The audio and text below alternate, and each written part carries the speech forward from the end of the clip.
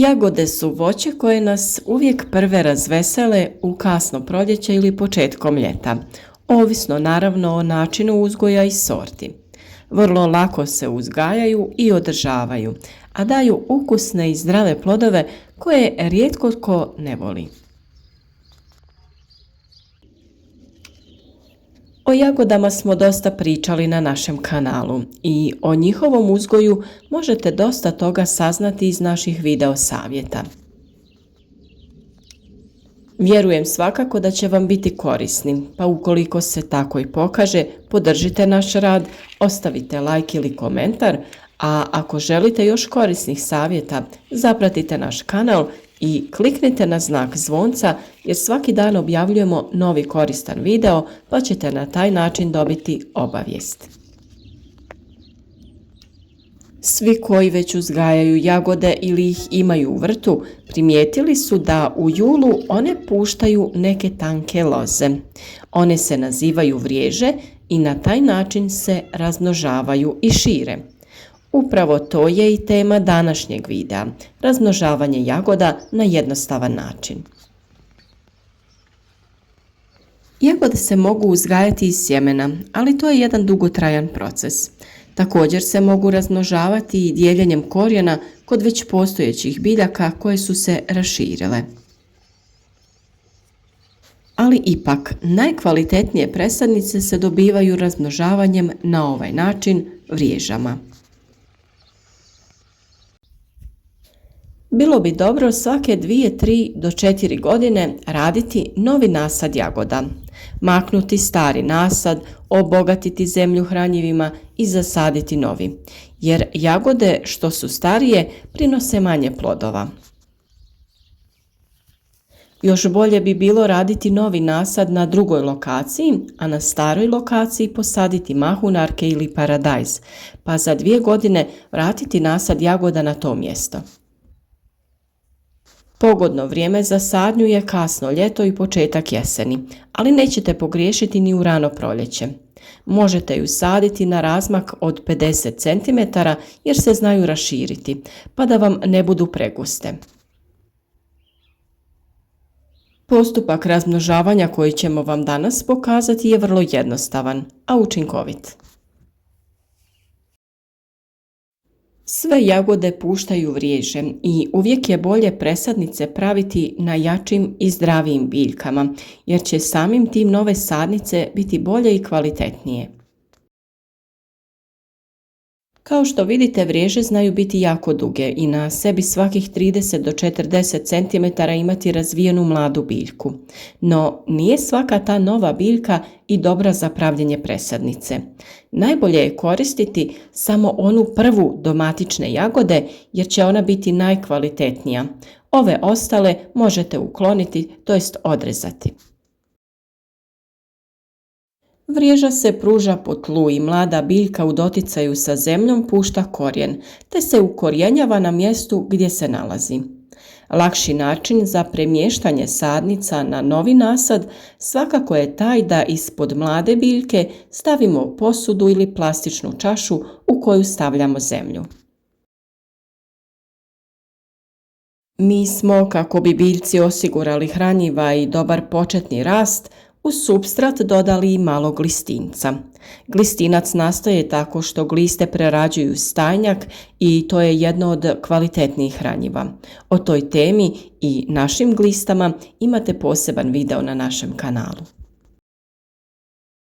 Novu mladu biljku stavljamo u tu mješavinu i lagano je pričvrstimo kako bi bila u doticaju sa zemljom, ali nikako ne smijemo previše pritisnuti ili prekriti je sa zemljom. Njen vrh, to jest kruna, onaj središnji dio koji se dalje razvija, mora biti van zemlje kako bi dalje lijepo napredovala. Taj dio ne smije biti u zemlji jer bi lako moglo doći do oboljenja ili truleži. Ostatak vriježe, kao što sam rekla, potrebno je odrezati.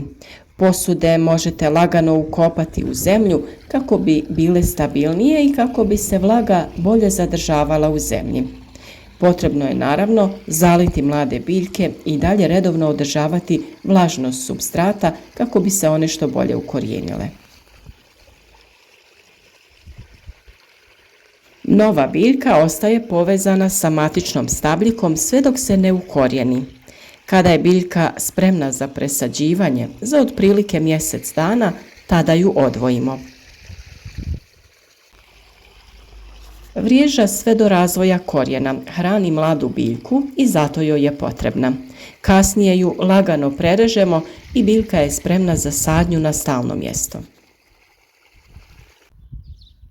Saditi se može u zemlju koja će se održavati okopavanjem, može se zemlju malčirati kako bi spriječili rast korova koji jagodama jako smeta, ali s njim smanjili učestalost zalijevanja. Druga opcija je uzgoj jagoda pod najlonima. Ispod se postavlja navodnjavanje kap po kap koje biljkama osigurava vodu i hranjiva, a folija zadržava vlagu i optimalnu temperaturu tla. Još jedna prednost ovakvog uzgoja je to što su plodovi čisti i manja je vjerovatnost za pojavu truleži. Također, plodovi ranije sazrijevaju jer imaju optimalne uslove. Treći način koji je ujedno i dekorativan jeste uzgoj jagoda u specijalnim vaznama. One su oblikovane tako da se slažu jedna na drugu, a biljke se stavljaju uz rub posude i tako rastu. Plodovi se nakon cvjetanja spuštaju niz rub, vise, dozrijevaju i također ostaju čisti i zdravi jer nisu u dodiru sa tlom. Jagode se sade na razmak od 20 do 30 cm ili više, kako bi imale dovoljno prostora za razvoj. Pod folijom je to najbolje raditi na cik-cak način, a zemljište je važno obogatiti stajnjakom ili glistincem prije sadnje. Zemlja bi trebala biti rahla i rastresita, da nije podložna zadržavanju vode, jer je jagoda jako osjetljiva na velike količine vode. Tada dolazi do razvoja truleži i propadanja plodova, ali i samih biljaka. I u ovom slučaju biljke se također ne smiju saditi duboko, nego se stavljaju na dubinu na kojoj su bile u posudama. Pripazite da se kruna, to jest ta granica između korijena i glave listova, nalazi tačno iznad površine tla. Iskopajte dosta široku jamu i raširite korijenje prije nego što ga prekrijete zemljom i pritisnete prema dole. Dan prije presađivanja nemojte zalijevati jagode u posudama kako bi ih lakše izvadili i kako bi što više zemlje ostalo na korijenu. Naravno, nakon presađivanja u zemlju na stalno mjesto, obavezno obilno zalijte biljke kako bi se što prije nastavile razvijati. Sadnice trebaju biti svježe, zdrave, sa dobro razvijenim korijenovim sistemom i sa najmanje 3 do 5 razvijenih listova. Biljke je najbolje presađivati u augustu, ali moguće je to odraditi i kasnije, pa čak i u proljeće. Nakon sadnje prihranite mlade presadnice hranjivom na bazi fosfora. To je potrebno uraditi i prilikom zalijevanja, ali i folijarno, to jest preko lista, prskanjem. S obzirom da su još uvijek dosta visoke temperature, vrlo je važna folijarna prihrana kako bi biljke što bolje usvojile hranjiva. Fosfor je važan za ukorijenjavanje i razvoj korijenovog sistema, ali i za usvajanje svih drugih hranjiva iz tla. O svim drugim koracima vezanim za uzgoj i održavanje nasada jagoda smo već dosta govorili, ali ćemo i u narednim videima tome posvetiti pažnju.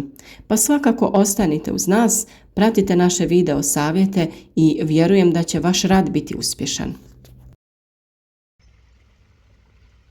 Naše presadnice su se nakon samo 3 dana već jako lijepo ukorijenile i vidite da čvrsto stoje u posudama.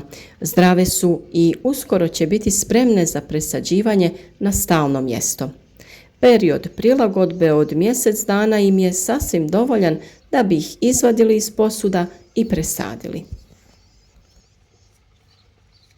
Ukoliko vam je ovaj video bio koristan, podržite naš rad, ostavite like ili komentar, Podijelite ga na društvenim mrežama kako bi i drugi vidjeli naše savjete.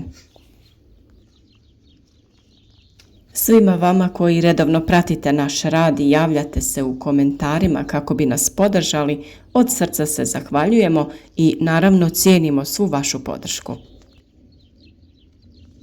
Svima koji gledate šaljemo puno lijepih pozdrava i želimo sreću, zdravlje i obilje plodova u vašim vrtovima.